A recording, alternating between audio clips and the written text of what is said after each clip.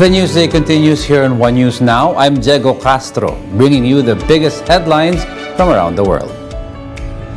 Russian President Vladimir Putin says their country is not creating a military alliance with China. In an interview with state television broadcast on Sunday, Putin says the two nations are hiding nothing in terms of their military cooperation, and notes that they have been transparent about their cooperation in the sphere of military technical interaction.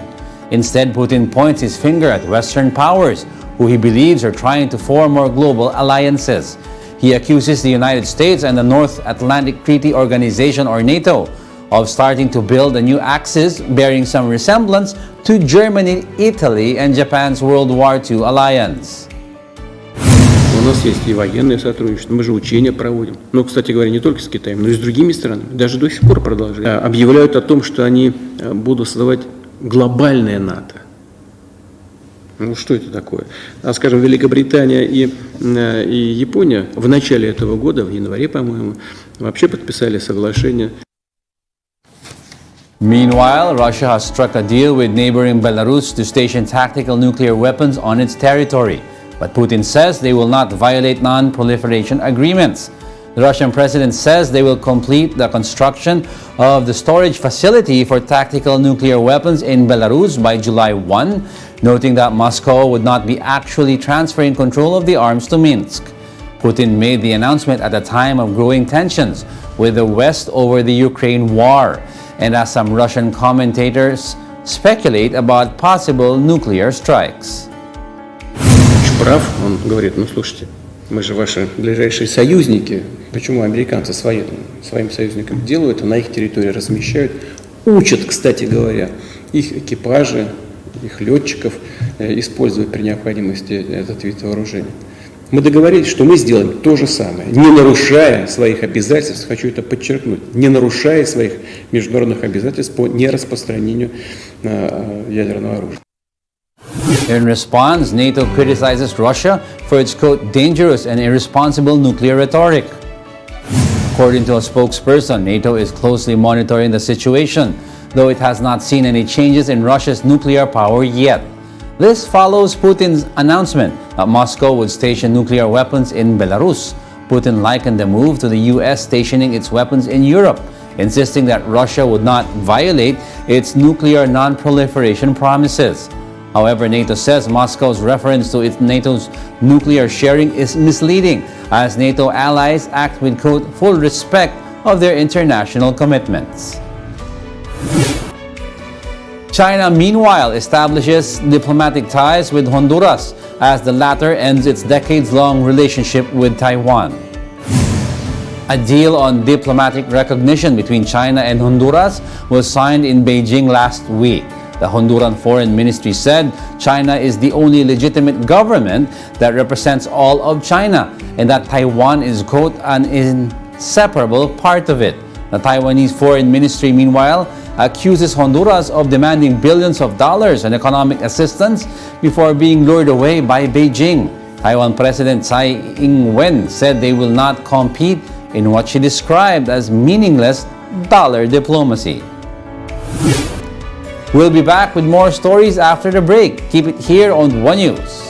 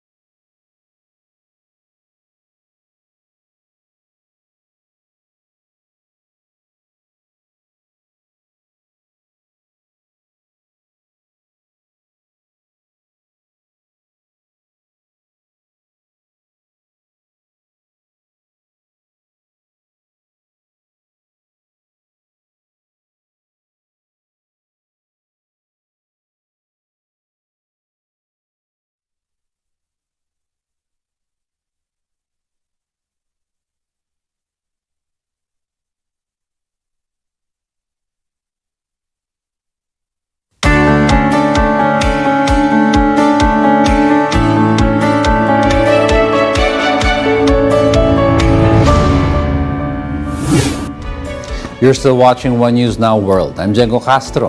Lebanon has been split into 2 time zones in a row over daylight savings. Caretaker Prime Minister Najib Mikati decided to start daylight savings time on April 20 rather than on March 25. No official explanation was given for the move, although local media suggested it was introduced to coincide with Ramadan. Those observing the holy month will be allowed to break their daylight hours fast at around 6 p.m. rather than by 7 p.m. Several institutions like churches and media outlets have refused to follow suit, causing confusion among the population. They create problems to deepen the division between Muslims and Christians because those in power are the ones benefiting from the people's dispute. Cities from all over the world went dark as part of the Global Earth Hour campaign to raise awareness of climate change. Landmarks in Hong Kong's Victoria switched off their lights on Saturday to show support for a zero-carbon lifestyle and sustainable development. Nearly 4,000 companies, organizations, and buildings in the city-state joined the campaign. Mumbai also switched off the lights on several landmarks to encourage everyone to take accountability for their ecological footprint. Sydney also turned off lights in its iconic Opera House, Harbour Bridge, and Central Business District. This in observation of Earth Hour in a symbolic commitment to tackle climate change. What could be a quick and cheap way to slow down global warming? Studies reveal it's by fixing methane leaks. More details in this report by Bloomberg. Natural gas. It sounds environmentally friendly. I got a plan, which is to use natural gas as a cleaner, cheaper bridge fuel. Natural gas is a bridge fuel to reduce our carbon footprint. I think the natural gas boom is good. It's an important bridge fuel. Natural gas, if extracted safely, it's the bridge fuel that can power our economy with less of the carbon pollution that causes climate change. It's true that natural gas burns cleaner than oil or coal, so in theory, it should be better for the climate. Unfortunately, that theory ignores a dirty, filthy little secret: methane. It's the primary component of natural gas and an extremely potent greenhouse gas, with over 80 times the warming power of carbon dioxide over the short term. Most of the world's methane emissions come from human activity, our landfills, rice paddies, and meat consumption. And a huge amount comes from our fossil fuel production, including natural gas. As natural gas is extracted and transported, methane can leak into the atmosphere.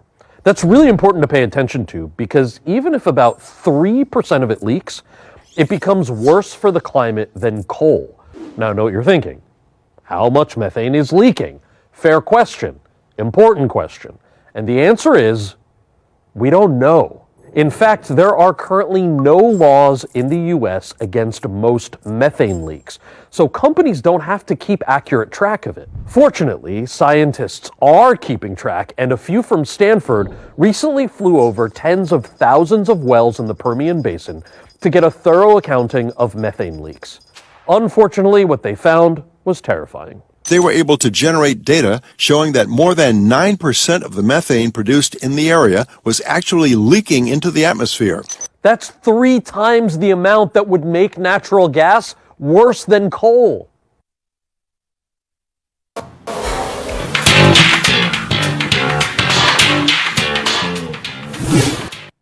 John Wick Chapter 4, the 4th installment in the Assassin series featuring Keanu Reeves, debuts with a franchise best of $73.5 million at the box office according to estimates. This is significantly higher than the $14 million made by the series' first installment in its opening weekend in 2014, which has steadily grown by each sequel. Chapter 4, which runs for 2 hours and 49 minutes, is the biggest John Wick film yet, with a production budget of $100 million. Critics also say it was a high point for the franchise, as the movie scores 95% on Rotten Tomatoes. And those are the top world headlines of the hour. Join us again at 9 a.m. as we continue to monitor the day's biggest stories. Coming right up is Agenda at 8 a.m. I'm Diego Castro. We are One News, all sides, all the time.